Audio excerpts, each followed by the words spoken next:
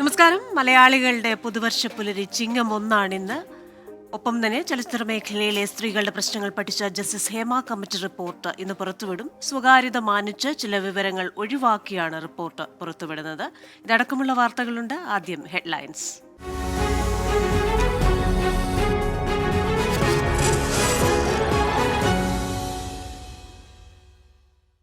എല്ലാ പ്രിയപ്പെട്ട പ്രേക്ഷകർക്കും പ്രഭാത വാർത്തയിലെ വിശദമായ റിപ്പോർട്ടുകളിലേക്ക് സ്വാഗതം. മലയാള ചലച്ചിത്ര മേഖലയിലെ സ്ത്രീകളുടെ പ്രശ്നങ്ങൾ പഠിച്ച ഹേമ കമ്മിറ്റിയുടെ റിപ്പോർട്ട് ഇന്ന് പുറത്തുവിട്ടേക്കും.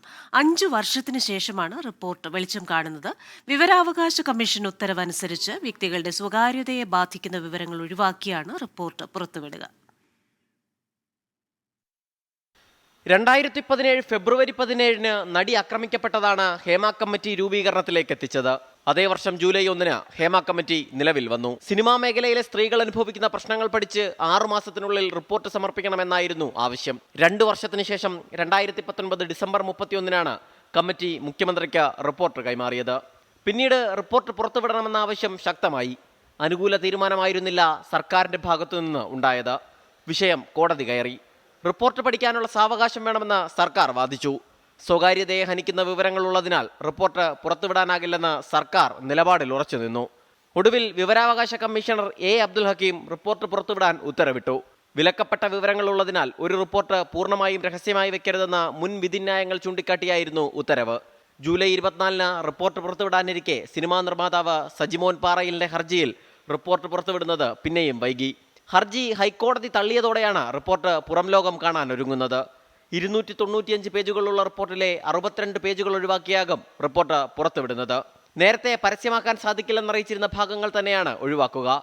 പേജ് നമ്പർ 49 ചില ഭാഗങ്ങൾ, 81 മുതൽ 100 വരെയുള്ള പേജുകളിലെ ചില മൊഴികൾ, സ്വകാര്യതയെ ബാധിക്കുന്ന മറ്റു കാര്യങ്ങൾ എന്നിവ ഒഴിവാക്കും. ഒഴിവാക്കുന്ന പേജുകൾ നേരത്തെ നിയമവകുപ്പും പരിശോധിച്ചിരുന്നു. നടിമാരും സാങ്കേതിക പ്രവർത്തകരും നൽകിയ മൊഴികളാണ് ഒഴിവാക്കുന്നവയിൽ ഭൂരിഭാഗവും. സർക്കാരിനോട് ആവശ്യപ്പെട്ട 5 മാധ്യമപ്രവർത്തകർക്കാണ് റിപ്പോർട്ട് നൽകുക. കാത്തിരുന്നു കാണാം 5 വർഷം മേശപ്പുറത്ത് അടയിരുന്ന റിപ്പോർട്ട് എന്ത് കോളിളക്കമുണ്ടാക്കുമെന്ന്. സലിം മാലിക്, 24, തിരുവനന്തപുരം. 5 വർഷമായി പെട്ടിയിൽ വെച്ചിരിക്കുകയായിരുന്ന ഹേമ കമ്മിറ്റി റിപ്പോർട്ടിന്റെ ഉള്ളടക്കം എന്തായിരിക്കുമെന്നതിൽ എല്ലാവർക്കും ആകാംക്ഷയാണ്. ചലച്ചിത്ര മേഖലയിൽ സ്ത്രീകൾ നേരിടുന്ന പ്രശ്നങ്ങളാണ് കമ്മിറ്റി പഠിച്ചത്. എന്തായിരുന്നു അതിന്റെ ലക്ഷ്യം? നോക്കാം വിശദമായി. 2018 മെയ്യിലാണ് സിനിമയിലെ സ്ത്രീകളുടെ പ്രശ്നങ്ങൾ പഠിക്കാനായി സർക്കാർ ജസ്റ്റിസ് ഹേമ കമ്മിറ്റിയെ നിയമിക്കുന്നത്. ജസ്റ്റിസ് ഹേമയ്ക്കൊപ്പം KB വത്സലകുമാരി, നടി ശാരദ എന്നിവരായിരുന്നു അംഗങ്ങൾ. രാജ്യത്ത് തന്നെ ആദ്യമായായിരുന്നു ഒരു സർക്കാർ ചലച്ചിത്ര മേഖലയിലെ സ്ത്രീകളുടെ പ്രശ്നങ്ങൾ പഠിക്കാൻ ഒരു കമ്മീഷനെ നിയോഗിക്കുന്നത്. 1.5 വർഷത്തിന് ശേഷം 2019 ഡിസംബർ 31 ഹേമ കമ്മിറ്റി സർക്കാരിന് റിപ്പോർട്ട് സമർപ്പിക്കുകയും ചെയ്തു. റിപ്പോർട്ട് ചലച്ചിത്ര മേഖലയിൽ വിപ്ലവകരമായ മാറ്റം കൊണ്ടുവരുമെന്ന് പ്രതീക്ഷ നൽകി. സിനിമാ മേഖലയിലെ സ്ത്രീകൾ ലൈംഗിക പീഡനം, തൊഴിൽപരമായ വിവേചനം, ലിംഗവിവേചനം എന്നിവ നേരിടുന്നുണ്ടെന്ന് റിപ്പോർട്ടിൽ പറയുന്നുവെന്നാണ് പുറത്തുവന്ന സൂചനകൾ. പക്ഷേ സർക്കാർ റിപ്പോർട്ട് പുറത്തുവിടാൻ തയ്യാറായില്ല. WCC അടക്കമുള്ള സംഘടനകൾ നിരന്തരം ആവശ്യപ്പെട്ടിട്ടും സർക്കാർ വഴങ്ങിയില്ല. മാത്രവുമല്ല, സിനിമാ മേഖലയിലെ ഉന്നതർക്കെതിരെയും പരാമർശമുണ്ട്. സിനിമകളിൽ അവസരം ലഭിക്കുന്നതിന് ലൈംഗികാവശ്യങ്ങൾ നിറവേറ്റി കൊടുക്കണമെന്ന സാഹചര്യം, ചിത്രീകരണ സ്ഥലത്ത് ശുചിമുറിയോ വസ്ത്രം മാറാനുള്ള സൗകര്യമോ ഉണ്ടാവാത്ത അവസ്ഥ, അതിക്രമങ്ങൾക്കൊപ്പം അശ്ലീല പദപ്രയോഗങ്ങൾ സ്ത്രീകൾക്കെതിരെ ഉപയോഗിക്കുന്നു തുടങ്ങി സ്ത്രീ സുരക്ഷയ്ക്ക് ഭീഷണിയാവുന്ന കടുത്ത ചൂഷണങ്ങൾ കമ്മിറ്റി കണ്ടെത്തി. കമ്മിറ്റിക്കായി സർക്കാർ ചെലവാക്കിയത് 1 കോടി രൂപയിലധികം. വർഷങ്ങളായി സർക്കാർ പുറത്തുവിടാതെ ഫയലിൽ വിശ്രമിച്ചിരുന്ന ഹേമ കമ്മിറ്റി റിപ്പോർട്ട് വെളിച്ചം കാണുമ്പോൾ പ്രതീക്ഷയാണ്. ശുപാർശകൾ അതേപോലെ നടപ്പാക്കിയാൽ ചലച്ചിത്ര മേഖലയിൽ വലിയ മാറ്റങ്ങൾക്ക് തുടക്കമാകുമെന്നാണ് വിശ്വാസം. 24, തിരുവനന്തപുരം.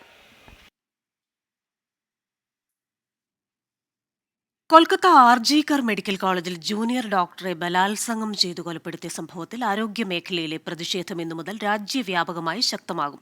ഇന്നു മുതൽ OP സേവനങ്ങളടക്കം ബഹിഷ്കരിച്ച് പ്രതിഷേധിക്കാനാണ് ഇന്ത്യൻ മെഡിക്കൽ അസോസിയേഷന്റെ ആഹ്വാനം.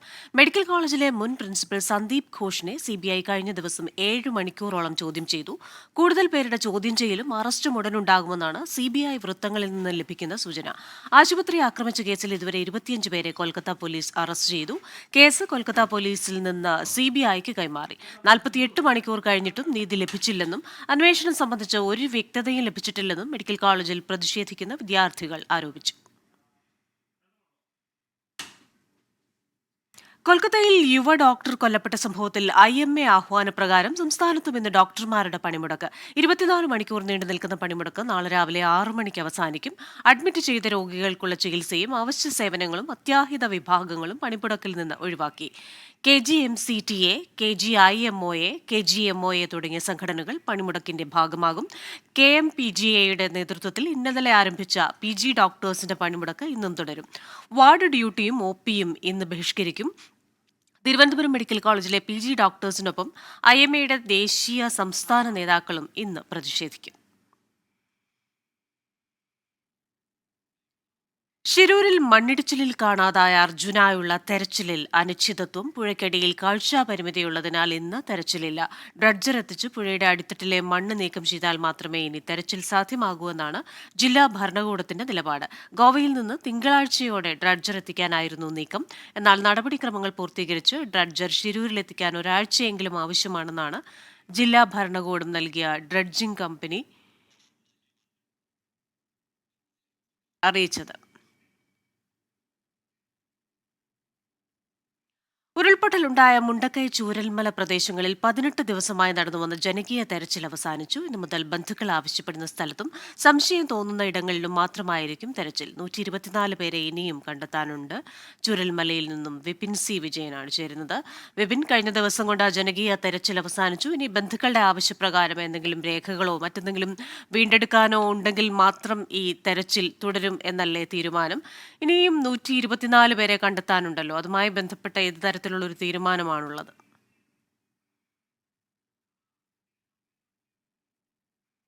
അതെ ക്രിസ്റ്റീന, ഇനി 124 പേരെ കൂടിയാണ് ഈ മണ്ണിൽ നിന്ന് കണ്ടെത്താനുള്ളത്. ഈ ദുരന്ത ഭൂമിയെ സംബന്ധിച്ച് ഇപ്പോൾ ഈ കാലാവസ്ഥ മാറി മറിയുന്നതാണ് ഒരു പ്രധാനപ്പെട്ട വെല്ലുവിളിയായി നിൽക്കുന്നത്. കാരണം ഇന്നലെ രാത്രിയും മഴയുണ്ടായിരുന്നു. ഇപ്പോഴും ഒരു മൂടിക്കെട്ടിയ അന്തരീക്ഷമാണ് ഈ ചൂരൽമലയിലുള്ളത്.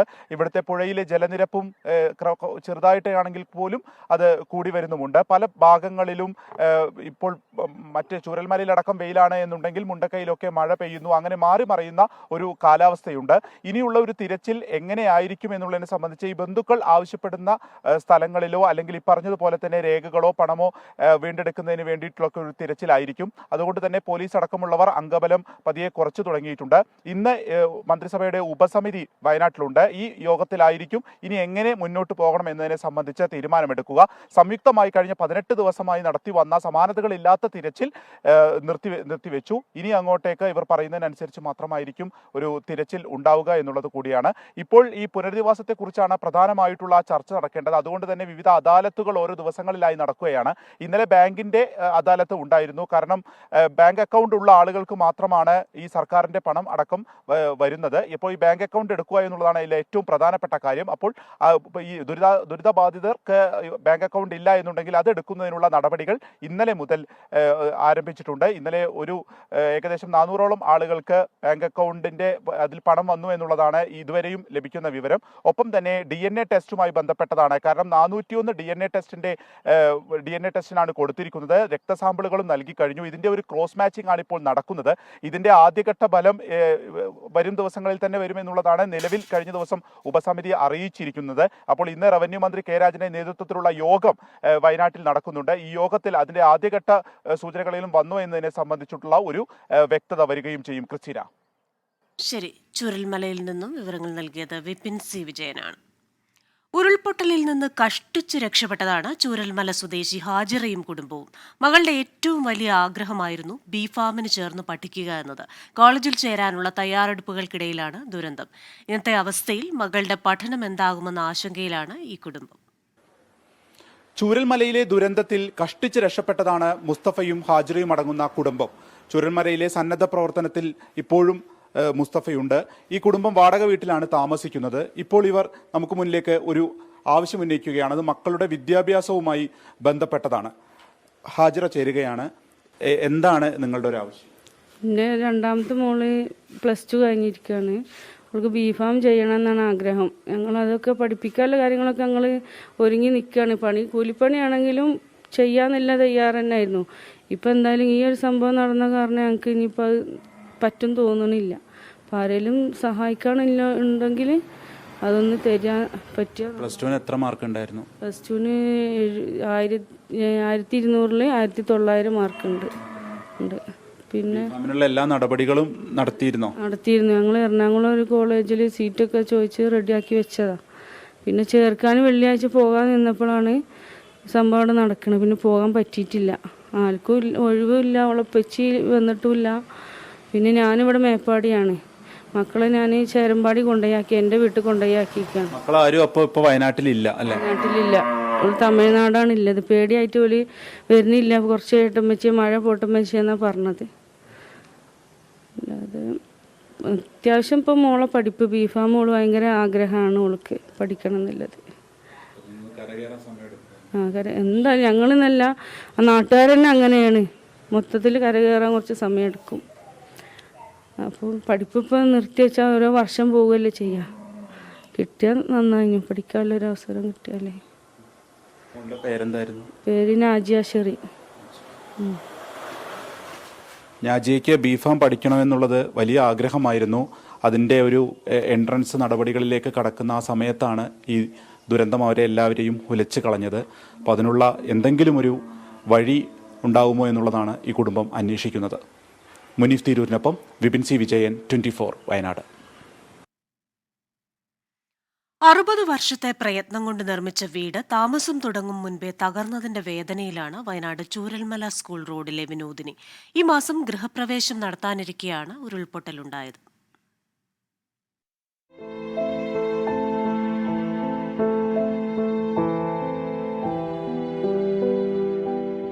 ഒരുപാട് സ്വപ്നമായിരുന്നു. ഒരുപാട് സ്വപ്നം എന്ന് പറഞ്ഞാൽ ഞങ്ങൾ അങ്ങനെ ആഗ്രഹിച്ചിരുന്നൊരു വീടായിരുന്നു.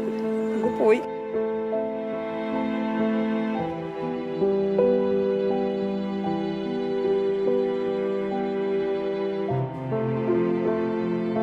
കരഞ്ഞ് കരഞ്ഞ് കണ്ണീർ വറ്റിയ അമ്മയ്ക്ക് ക്യാമ്പ് വിട്ട് എവിടേക്ക് പോകണമെന്നറിയില്ല. ജീവിതത്തിലെ മുഴുവൻ സമ്പാദ്യം ഉപയോഗിച്ചാണ് ഒരു കൊച്ചു കൂര കെട്ടിയത്. ഒരു ദിവസം പോലും ആ വീട്ടിൽ കഴിഞ്ഞിട്ടില്ല. ഉരുൾപൊട്ടലിൽ വീട് പൂർണ്ണമായും തകർന്നു. അങ്ങനെയൊക്കെയോ കഷ്ടപ്പെട്ട ഒരു വീട് കെട്ടി അതിൽ താമസിക്കാന്ന് വിചാരിച്ച് നിൽക്കുമ്പോഴാണ് ഇങ്ങനെ ഒരു പൊട്ടൽ വന്ന് പോയത്. മഴയൊന്ന് കഴിഞ്ഞിട്ട് കയറി കൂടാ, മോടിയൊന്നും പിടിപ്പിച്ചിട്ടില്ല. ഞങ്ങൾ സാധാരണ ഒരു വീട് കെട്ടിട്ട് അതിൽ കയറി കൂടാന്ന് പറഞ്ഞിരിക്കുകയായിരുന്നു. അതിൻ്റെ ഇടയിലാണ് ഇപ്പോൾ ഈ പൊട്ടൽ വന്ന് അതുള്ളതും പോയി. ഇനി എസ്റ്റേറ്റിലും വീടില്ലാതെ അതും പോയി. ഞങ്ങൾ ഇരിക്കുന്ന വീടിൻ്റെ പകുതി ഭാഗം പോയി. തീർക്കാൻ വേണ്ടി കുറേ കടം വാങ്ങിച്ചിരുന്നു. കടമൊക്കെ ഫോട്ടോ വയ്ക്കുക. എന്നാലും ഞങ്ങളൊരു ആഗ്രഹമായിരുന്നു, ഞങ്ങൾക്ക് രണ്ടാൾക്കും എസ്റ്റേറ്റിൽ നിന്ന് പിരിയാനുള്ള സമയമായി. അപ്പോൾ അതിൻ്റെ ഇടയിൽ വീട്ടിലേക്ക് കയറി ഇരിക്കാനൊന്നും വല്ലാത്തൊരു ആഗ്രഹമായിരുന്നു. അത് പോയി, ഇല്ലാതായിപ്പോയി. എസ്റ്റേറ്റ് ജീവനക്കാരായിരുന്നു വിനോദിനിയും ഭർത്താവ് കൃഷ്ണനും. ലൈഫ് ഭവന പദ്ധതി പ്രകാരം ലഭിച്ച പണവും ബാങ്കിൽ നിന്ന് വായ്പയെടുത്ത 1 ലക്ഷം രൂപയും വീടിനു വേണ്ടി ചെലവഴിച്ചു. ലോണ് കാര്യങ്ങളൊക്കെ ഉണ്ട്. ഇപ്പോഴത്തെ പോകുമ്പോൾ നമുക്ക് കയറി കൂടാനുള്ള ഒരു കൂര വേണം, അതാണ് നമ്മളെ വരുന്നത്. വിനോദിനിയും ഭർത്താവും മക്കളുമടക്കം 5 പേർ ഉൾപ്പെട്ടതാണ് കുടുംബം. ഇവരിപ്പോൾ സെയിന്റ് ജോസഫ്സ് ഹയർ സെക്കൻഡറി സ്കൂളിലെ ക്യാമ്പിലാണ് കഴിയുന്നത്. ഒരു ആയുസിന്റെ മുഴുവൻ അധ്വാനം കൊണ്ട് നിർമ്മിച്ച കൊച്ചു കൂരയാണ് വിനോദിനിക്ക് നഷ്ടമായത്. ഒരുപാട് പ്രതീക്ഷയോടെ, ഒരുപാട് സ്വപ്നങ്ങൾ കണ്ടാണ് വിനോദിനി ആ കൂര നിർമ്മിച്ചത്. ഒരു ദിവസം പോലും ആ കൂരയിൽ കയറിക്കൂടാൻ വിനോദിനിക്കോ കുടുംബത്തിനോ സാധിച്ചില്ല.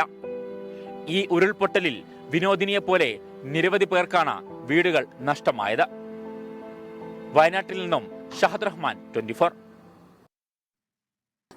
ഇന്ന് ചിങ്ങം 1, കൊല്ലവർഷം ആരംഭം കൂടിയാണ് ചിങ്ങം 1. ഇത്തവണ മറ്റൊരു പ്രത്യേകത കൂടിയുണ്ട്. പുതിയ നൂറ്റാണ്ടിന്റെ തുടക്കമാണിന്ന്. കൊല്ലവർഷം 1200ലേക്ക് കടക്കുകയാണ്. അതായത് 13ാം നൂറ്റാണ്ടിലേക്ക് കടക്കുകയാണ്. കേരളത്തിന് കർഷക ദിനം കൂടിയാണ് ചിങ്ങം 1.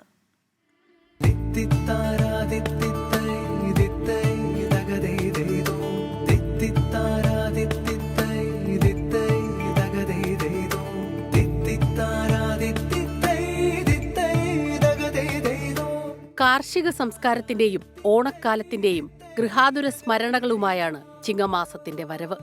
തോരാമഴയുടെയും വറുതിയുടെയും മാസമായ കർക്കടകം കഴിഞ്ഞെത്തുന്ന ചിങ്ങപ്പുലരി. കർക്കടകത്തിലെ കഷ്ടതകൾ മറക്കാൻ തുടങ്ങുന്ന കാലം. കാണം വിറ്റും ഓണമുണ്ണാൻ നാടും വീടും ഒരുങ്ങുന്ന ദിവസങ്ങളുടെ തുടക്കമാണ്. തുമ്പയും മുക്കുറ്റിയും കണ്ണാന്തളിയും പൂവിടുന്ന തൊടിയും പറമ്പും സ്വർണവർണ്ണമുള്ള നെൽക്കതിരുകൾ പച്ചപ്പാടങ്ങൾക്ക് ശോഭ പകരുന്നു. മഴക്കോളുമാറി മാനം തെളിയുന്ന ദിവസങ്ങൾ. വർഷം മുഴുവനും മറ്റുള്ളവർക്കായി അധ്വാനിക്കുന്ന കർഷകന് ഒരു ദിനം. ചിങ്ങം മുതൽ കർക്കിടകം വരെ 28 മുതൽ 32 വരെ ദിവസങ്ങൾ ഉണ്ടാകാവുന്ന 12 മാസങ്ങളായാണ് കൊല്ലവർഷത്തെ തിരിച്ചിട്ടുള്ളത്. സൗരരാശിയുടെ അടിസ്ഥാനത്തിലാണ് മാസത്തിലെ ദിവസങ്ങളുടെ എണ്ണം കണക്കാക്കുന്നത്. പ്രതീക്ഷയുടെ ചിങ്ങപ്പുലരിയിൽ കൊല്ലവർഷത്തിലെ ഒരു പുതിയ നൂറ്റാണ്ടിനുകൂടി തുടക്കമാവുകയാണ്. Research desk 24. ചിങ്ങമാസ പുലരിയിൽ ശബരിമല ദർശനത്തിന് വൻ ഭക്തജനത്തിരക്ക്. ചിങ്ങമാസ പൂജകൾക്കായി ഇന്നലെയാണ് ശബരിമല നട തുറന്നത്. തന്ത്രി കണ്ഠരര് രാജീവർക്കൊപ്പം മകൻ ബ്രഹ്മദത്തനും ഇത്തവണ മുതൽ താന്ത്രിക കർമ്മങ്ങൾക്ക് ക്ഷേത്രത്തിലുണ്ട്. തന്റെ ആരോഗ്യസ്ഥിതി കൂടി പരിഗണിച്ച് അടുത്ത തവണ മുതൽ മുഴുവൻ സമയ കർമ്മങ്ങൾക്ക് ബ്രഹ്മദത്തിനെ ഒപ്പം കൂട്ടാനാണ് തന്ത്രിയുടെ തീരുമാനം.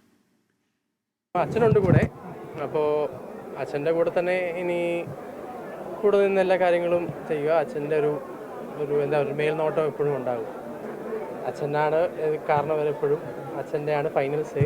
പക്ഷേ അച്ഛന് അല്ലെങ്കിൽ ഞാൻ ഇവിടുത്തെ കർമ്മങ്ങളെല്ലാം ചെയ്യുന്നു. കർമ്മങ്ങളെല്ലാം എന്താണോ ചെയ്തു വരുന്നത് അതുപോലെ തന്നെ ചെയ്യുന്നു. ക്ഷേത്രാചാരങ്ങളെ സംബന്ധിച്ച് ആരാണ് വരേണ്ടതെന്ന് തീരുമാനിക്കേണ്ടത് തന്ത്രിയാണ്. പുതിയ തലമുറ മാറ്റം നല്ലതാണ്. മൊത്തത്തിലൊരു മാറ്റം അതിൻ്റെതായ രീതിയിൽ ഉണ്ടാവും. മലയാള സിനിമാ രംഗത്ത് നവാഗതനായ സംവിധായകൻ ഫാസിൽ റസാഖ് സംസ്ഥാന ചലച്ചിത്ര പുരസ്കാരത്തിന്റെ തിളക്കത്തിലാണ്. പ്രതിസന്ധികൾ അതിജീവിച്ച് നേടിയ അംഗീകാരത്തിൽ അഭിമാനവും സന്തോഷവുമുണ്ടെന്ന് ഫാസിൽ റസാഖ് 24നോട് പറഞ്ഞു. സംസ്ഥാന സർക്കാരിന്റെ മികച്ച നവാഗത സംവിധായകനുള്ള അവാർഡ് നേടിയ ഫാസിൽ റസാഖാണ് നമ്മളോടൊപ്പം ഇന്ന് ചേരുന്നത്.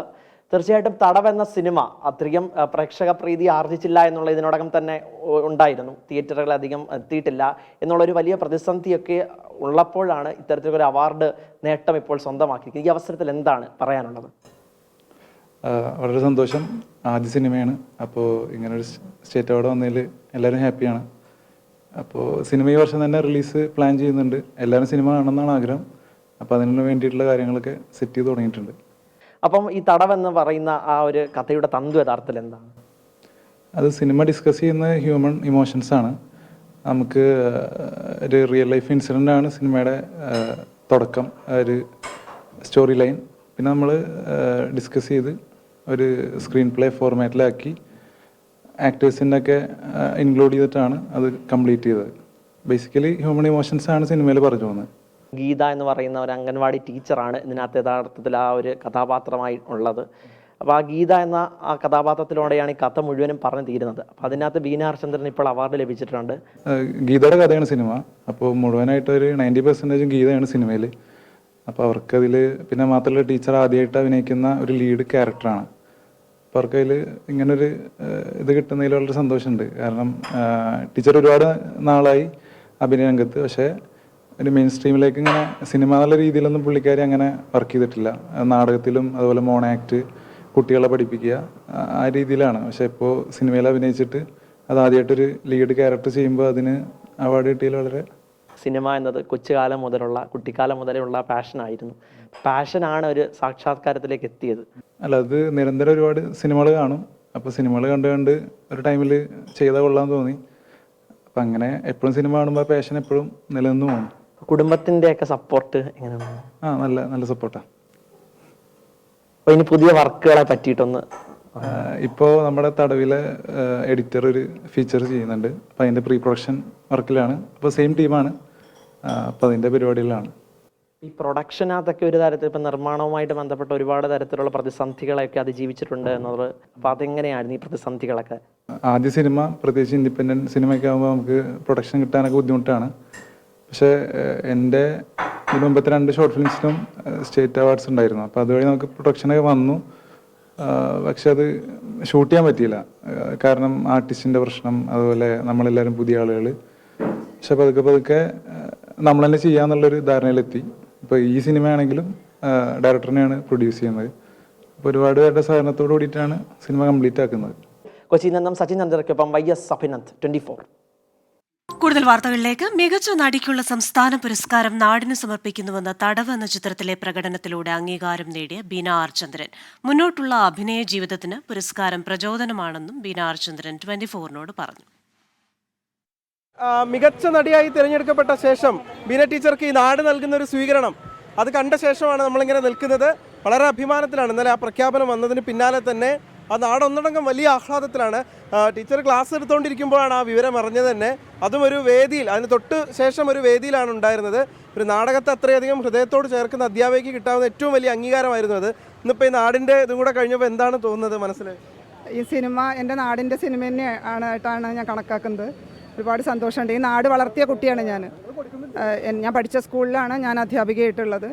പിന്നെ ഇപ്പോൾ നാടകം ചെയ്തത് അതും ഞാൻ ഹൈസ്കൂൾ പഠിച്ച വിദ്യാലയമാണ്. അപ്പോൾ ഈ ഒരു ദിവസം തന്നെ അത് പെർഫോം ചെയ്യാൻ കഴിഞ്ഞതിൽ ഒരുപാട് സന്തോഷമുണ്ട്. സിനിമ കണ്ട ആളുകളുടെ ഒരുഭിപ്രായം? IFFK കഴിഞ്ഞിട്ട് നല്ല പ്രതികരണമായിരുന്നു. ഒരു രക്ഷയില്ല, നല്ല അഭിനയം, ഞങ്ങൾ അത്ഭുതപ്പെട്ടു പോയി എന്നൊക്കെയുള്ള ഒരുപാട്, എന്തായാലും അവാർഡ് പ്രതീക്ഷിക്കാം എന്നൊക്കെ പറഞ്ഞിട്ടുണ്ടായിരുന്നു. അപ്പോൾ ഞാൻ അവരോടൊക്കെ പറഞ്ഞത് ഈ അവാർഡ്, ഈ വാക്കുകൾ തന്നെയാണ് എനിക്ക് അവാർഡ്. അതിൻ്റെ അപ്പുറത്തേക്ക് ഒന്നും പ്രതീക്ഷിക്കാൻ പാടില്ല എന്ന് ഞാൻ എൻ്റെ മനസ്സിനെ പഠിപ്പിച്ചുകൊണ്ടിരിക്കുകയായിരുന്നു. കാരണം നമുക്കൊരു ഇപ്പം നേരത്തെ ഞാൻ സംസാരിക്കുമ്പോൾ എന്നോട് പറഞ്ഞു ഒരു ജൂറി പരാമർശം ഒക്കെയാണ് പ്രതീക്ഷിച്ചിരുന്നത് എന്നുള്ളത്. ഉർവശിക്കൊപ്പം മികച്ച നടിയായി തിരഞ്ഞെടുക്കപ്പെടുക എന്ന് പറയുന്നത് ഒരിക്കലും ഒരു ചെറിയ കാര്യമല്ല അല്ലേ? അതിനെങ്ങനെയാണ് കാണുന്നത്? എന്നെ വേണമെങ്കിൽ തഴയാം. കാരണം ഉർവശി ചേച്ചി എത്രയോ കാലമായിട്ട് ഈ രംഗത്ത് നിൽക്കുന്നതാണ്, നല്ല നടിയാണ്. അപ്പോൾ അതിനോടൊപ്പം എന്നെ ചേർത്ത് വെച്ചത് അത് ജൂറിക്ക് എൻ്റെ എന്താ പറയുക, ഞാൻ ഇത്രയും കാലം എൻ്റെ കുട്ടികൾക്കും എൻ്റെ നാടിനും വേണ്ടി കലാപരമായിട്ട് ഉയർത്തിക്കൊണ്ടുവന്ന ആ ഒരു ഇതിന് കിട്ടിയ ഒരു നന്മയ്ക്ക് കിട്ടിയ ഒരു പ്രതിഫലമായിരിക്കാം, ഒരു അനുഗ്രഹമായിരിക്കാം എന്നാണ് ഞാൻ. അമ്മ ഉണ്ട്, അമ്മ ഇപ്പോൾ നമ്മളിപ്പോഴാണ് കാണുന്നത്. എത്രത്തോളം സന്തോഷമുണ്ട് ഇത് കേട്ടപ്പോൾ? എന്ത് തോന്നി? നല്ല സന്തോഷമുണ്ട്. കാരണം കാലാകാലമായിട്ട് അവൾ ഈ കലാരംഗത്ത് നിൽക്കുമ്പോൾ നമുക്ക് എവിടെയെങ്കിലും ഒരു എത്തിപ്പെടട്ടെ എന്നൊരു മോഹം ഉണ്ടായിരുന്നു.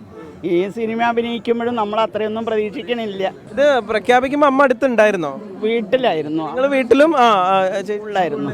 ഒരു കാര്യം ചെയ്യും, ഒരു കെട്ടിപ്പിടിച്ച ഒരു ഉമ്മ എടുത്തേക്കൂ. പ്രഖ്യാപന സമയത്ത് പറ്റിയിട്ടുണ്ടാവില്ലല്ലോ. നമ്മുടെ ഇവിടെ ഹസ്ബൻഡ് കൂടി ചേരുന്നുണ്ട്. അത് അർഹതയ്ക്കുള്ള ഒരു അംഗീകാരമായിട്ടാണ് തോന്നിയിട്ടുള്ളത്. അവളുടെ സ്ഥിരമായിട്ടുള്ള പ്രയത്നത്തിന്റെ ഭാഗമായിട്ട് കിട്ടിയിട്ടുള്ള അവാർഡ് അതന്നെ ഏറ്റവും വളരെ സന്തോഷമായി. പിന്നെ മാത്രമല്ല ഞാനും അതിൽ അഭിനയിച്ചിട്ടുണ്ട്. ടീച്ചറുടെ സുഹൃത്തായിട്ടാണ് ഞാൻ അതിൽ അഭിനയിച്ചിരിക്കുന്നത്. ജീവിതത്തിൽ ഞാൻ നല്ലൊരു സുഹൃത്താണ്. ഞങ്ങളുടെ ഒരു സ്വപ്നമായിരുന്നു ടീച്ചർക്ക് ഒരു അവാർഡ് കിട്ടുക എന്നുള്ളത്. സിനിമ കണ്ട ഞങ്ങളുടെ ന്യൂസ് ഡെസ്കിലുള്ള അനുജ എന്ന് പറഞ്ഞ ഒരു റീഡർ എന്നെ വിളിച്ച് പറഞ്ഞത് ഗംഭീരമായ അഭിനയമാണ്, നിഖിൽ എന്തായാലും പോയി കാണണം എന്ന് പറഞ്ഞു. അപ്പം സിനിമ കാണാൻ പറ്റിയിട്ടില്ല, എന്തായാലും കാണാം. ഒരുപാട് സിനിമകളിൽ ഇനിയും കാണാൻ കഴിയട്ടെ ഞങ്ങൾ പ്രേക്ഷകർക്ക്. ഇനിയും ഇങ്ങനെ തിരക്കുകളിലേക്ക് ടീച്ചർ പോവുകയാണ്. കാരണം ഒരുപാട് ഇടങ്ങളിൽ ഇനി സ്വീകരണങ്ങൾ അതൊക്കെ ഇനി വരാൻ പോവുകയാണ്. എന്തായാലും ഈ നാടൊന്നടങ്കം ആഘോഷമാക്കി മാറ്റുകയാണ് അവരുടെ ഈ സംസ്ഥാന അവാർഡ് നേട്ടം. രാജീവ് സുദേവിനൊപ്പം നിഖിൽ പ്രമേഷ്, 24 പാലക്കാട്. സ്പാനിഷ് ലീഗ് ഫുട്ബോളിൽ ബാഴ്സലോണ ആദ്യ മത്സരത്തിനിറങ്ങുന്നു. രാത്രി 1 മണിക്ക് തുടങ്ങുന്ന മത്സരത്തിൽ വലൻസിയയാണ് എതിരാളികൾ. ഇംഗ്ലീഷ് പ്രീമിയർ ലീഗിൽ ആഴ്സണൽ, ലിവർപൂൾ ടീമുകൾക്കും ഇന്ന് മത്സരമുണ്ട്. പുതിയ സീസൺ, പുതിയ പരിശീലകൻ, പുത്തൻ പ്രതീക്ഷകൾ. ലാലിഗ കിരീടം വീണ്ടെടുക്കാനുള്ള പോരാട്ടം തുടങ്ങുന്നു FC ബാഴ്സലോണ. സ്ഥാനമൊഴിഞ്ഞ സാവി ഹെർണാണ്ടസിന് പകരം കറ്റാലൻസ് കളത്തിലിറങ്ങുന്നത് ഹാൻസി ഫ്ലിക്കിന് കീഴിൽ. വണ്ടർ കിഡ് ലമീൻ യമാലിനെ മുന്നിൽ നിർത്തി പഴയ പ്രതാപം വീണ്ടെടുക്കാമെന്ന പ്രതീക്ഷയിലാണ് ബാഴ്സ. കൂട്ടിന് റോബർട്ട് ലെവൻഡോവ്സ്കിയും ടെർ സ്റ്റേഗനും ഇൽക്കെ ഗുന്തോഗനും പുതുതായി ക്ലബിലെത്തിയ ഡാനി ഓൾമോയുമെല്ലാമുണ്ട്. ബയേൺ മ്യൂണിക്കിന് ഒരു സീസണിൽ 6 കിരീടങ്ങൾ നേടിക്കൊടുത്ത ചരിത്രമുള്ള ഹാൻസി ഫ്ലിക്ക് ബാഴ്സയിലും അത്ഭുതങ്ങൾ കാണിക്കുമെന്നാണ് ആരാധക പ്രതീക്ഷ. രാത്രി 1 മണിക്ക് തുടങ്ങുന്ന മത്സരത്തിൽ വലൻസിയയാണ് എതിരാളികൾ. വലൻസിയയുടെ തട്ടകത്തിലാണ് മത്സരം. ഇംഗ്ലീഷ് പ്രീമിയർ ലീഗിൽ ആഴ്സണലും ലിവർപൂളും ഇറങ്ങുകയാണ്. വൈകിട്ട് 5-ന് നടക്കുന്ന കളിയിൽ പ്രൊമോഷൻ കിട്ടിവന്ന ഇപ്സ്വിച്ച് ടൗണാണ് ലിവർപൂളിന്റെ എതിരാളികൾ. രാത്രി 7:30 നടക്കുന്ന മത്സരത്തിൽ ആഴ്സണൽ വൂൾസിനെയും നേരിടും. കഴിഞ്ഞ തവണ കയ്യെത്തും ദൂരെ നഷ്ടമായ കിരീടം ഇത്തവണ വീണ്ടെടുക്കാനാണ് ആഴ്സണലും ലിവർപൂളും ഇറങ്ങുന്നത്. Sports desk 24. ആലപ്പുഴ മുല്ലയ്ക്കൽ ശ്രീ രാജരാജേശ്വരി ക്ഷേത്രത്തിലെ 6ാമത് കോടി അർച്ചന മഹായജ്ഞത്തിൽ കേന്ദ്രമന്ത്രി സുരേഷ് ഗോപി പങ്കെടുത്തു. ഇന്നലെ വൈകുന്നേരം ലക്ഷദീപത്തിന് ആദ്യ ദീപം തെളിയിച്ചത് സുരേഷ് ഗോപിയാണ്. ജൂലൈ 21 ആരംഭിച്ച കോടിയർച്ചനയിൽ 1,20,00,000 അർച്ചനകളാണ് അർപ്പിച്ചത്. പുതുമന മധുസൂദനൻ നമ്പൂതിരി, വാസുദേവൻ നമ്പൂതിരി, ദാമോദരൻ നമ്പൂതിരി എന്നിവരുടെ മുഖ്യ കാർമ്മികത്വത്തിലാണ് ചടങ്ങുകൾ നടന്നത്. സമാപന ദിവസം കോടിയർച്ചനയ്ക്ക് ശേഷം ഉപാസനാ പൂജ, കുംഭപൂജ എന്നിവയും നടന്നു. ലക്ഷാർച്ചന മഹായജ്ഞത്തിൽ വലിയ ഭക്തജന പങ്കാളിത്തമാണ് ഉണ്ടായിരുന്നത്.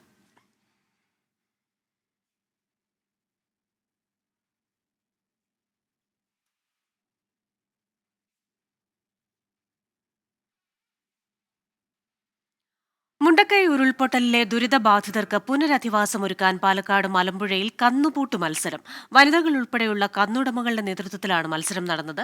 രജിസ്ട്രേഷനിലൂടെ ലഭിച്ച മുഴുവൻ തുകയും വയനാട്ടിലെ ദുരിതബാധിതർക്ക് നൽകുമെന്ന് സംഘാടകർ അറിയിച്ചു.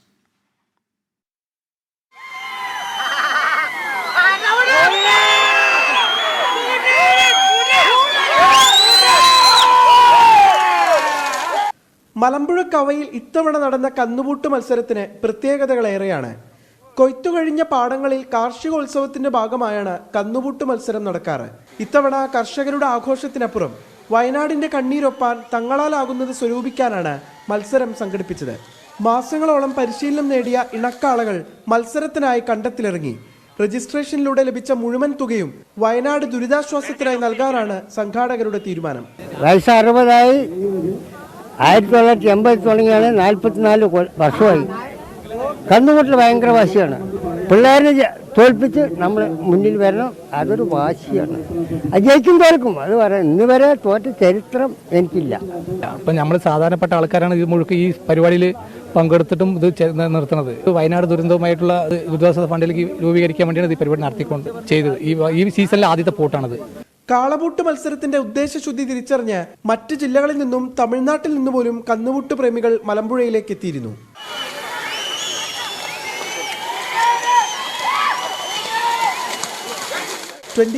പാലക്കാട്. പ്രഭാത വാർത്തകളുടെ സമയം പൂർണ്ണമാവുകയാണ്. ഇനി കാണാം good morning with R Sreekandan Nair. നമസ്കാരം.